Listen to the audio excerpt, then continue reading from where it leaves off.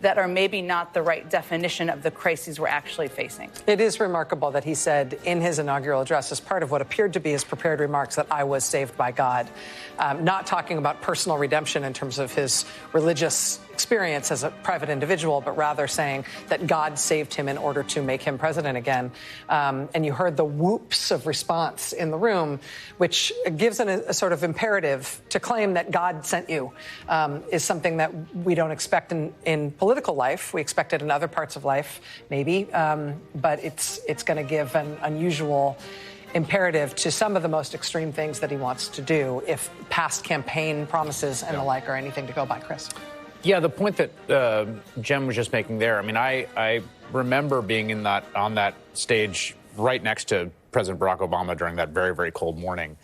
And the two inaugurations of Barack Obama and Joe Biden happened at moments of palpable, ubiquitous and severe crisis. The worst financial crisis since the Great Depression, the worst pandemic in 100 years. I mean, thousands of Americans dying by the day. America not knowing whether the entire economic system and foundation was going to erode beneath them. Compare that to the two times Donald Trump has been inaugurated in which those crises were not there. There was not the same acute sense of crisis, and yet the theme in both of them and the obsession of Trump's rhetoric is always a theme of national decline and national humiliation.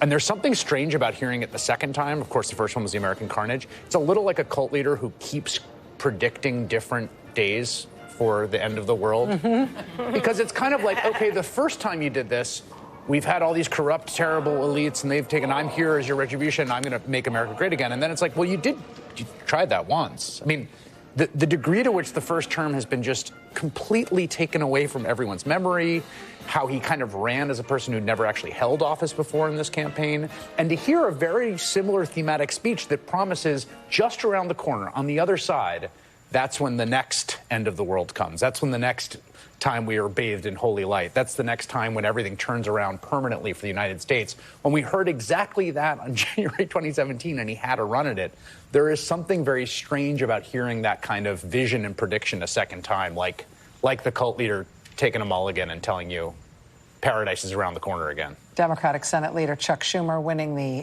head